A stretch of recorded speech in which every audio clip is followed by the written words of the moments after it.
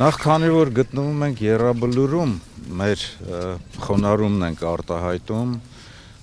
հայ ժողովրդի նորագույն պատմություն կերտող մեր բոլոր անձավակներին, ովքեր իրենց կյանքն են տվել, ովքեր որ մեծ ավանդ ունեն հայկական բանակի կերտման գործում, եւ ես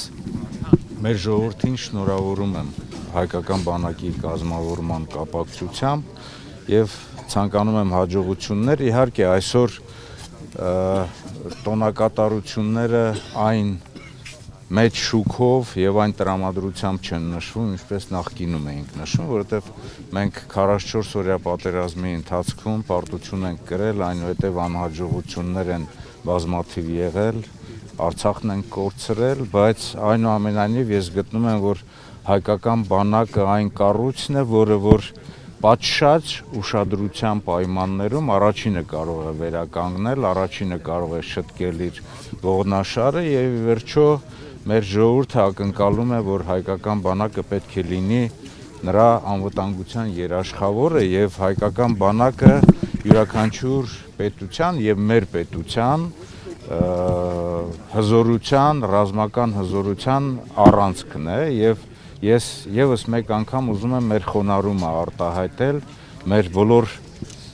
այն զավակներին սպարապետի գլխավորության, որովհետեւ Եռաբլուրում են գտնվում, այսօրը յուրովի նաեւ հաշվետվությունը մեր բոլոր այն մարտական ընկերներին, որոնք որ բոլոր ժամանակների, բոլոր պատերազմների, բոլոր այսպես բախումների արդյունքում են իրենց կյանքը տվել մեր հայրենիքին եւ յուրաքանչյուր օր, յուրաքանչյուր տոնակատարություն է մեր համար պարտք գալ եւ մեր հարգանքի տուրքը մատուցել մեր բոլոր զավակներին։ Նիկոլ Փաշինյանի այսօրվա ուղերձը կարդացել եք, այնտեղ ասում է, որ զենքեր է ձեռք բերվել, բանակի կրճատումից է խոսացել, նաեւ ծրագրերից, որոնք իրականացվում են եւ ասում է, որ ըստ էության արվել է այնքան բան, ինչքան նախկինում չի արվել, նաեւ ասել է, թե ինչի օրինակ 2018-ին 19-ին զենք ձեռք չի բերվել, որովհետեւ չի կարծել, որ դրանք կծառայեն բացառապես Հայաստանի ինքնիշխանությանը եւ տարածքային այլ նկրտումներ չեն լինի։ Գիտեք, այս տոնական օրը խոսել բանակին եւ նաեւ քննադատություն ասել բանակի մասին ես չէի ցանկանա, բայց ասեմ հետեւյալը, որ ես չեմ կարդացել Նիկոլ Փաշինյանի ուղերձը, որովհետեւ չեմ կարծում, թե նա ամբողջությամբ արտահայտում է այն իրականությունը, որը որ այսօր կա։ Հայկական բանակը ձևավորվել է Հայաստանի Հանրապետության անկախության, Արցախի համար ազատության պատերազմական գործողություններին զուգահեռ հայկական բանակը ձևավորվել է 0-ից, ոչ մեկ կասկած չունի, չէ, որ այն 0-ից է ձևավորվել եւ մեծ չարչարանքի անհավասար պայմաններում այն հասել է մի այնպիսի իրավիճակի, որ հաղթել է մեր տարածաշրջանում եղել է մրցունակ եւ նաեւ փոխգործունակ է եղել մեր միջազգային գործընկերների հետ։ Բայց ասեմ հետեւյալը, որ հայկական բանակը իր կազմավորման տարիներին մինչև 2018 թվականը իր արչև խնդիր է կատարել է, մարտական հերթապահություն է իրականացրել, հակառակորդի հետ նույնիսկ հարաբերական անհավասար պայմաններում ինքը իր արչև դրված խնդիրը իրականացրել է։ Այսօր եթե բանակում որոշակի ձեռքբերումներ կան, որոշակի փոփոխություններ են իրականացնում, ես այսպես ասեմ, էլի հասարակ բառերով, այդ էր պակաս, որ այս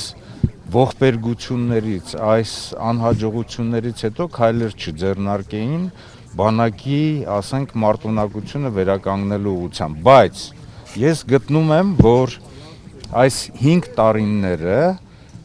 բաց թողնված ժամանակահատված են ավելի շատ կարող էին իրականացնել, սկսած նրանից, որ պետք է մշակվեր մեր ազգային անվտանգության ռազմավարությունը, սկսած նրանից, որ պետք է լուրջ նոր խնդիրներին համաձայն, իսկ մեր խնդիրները ավելացել են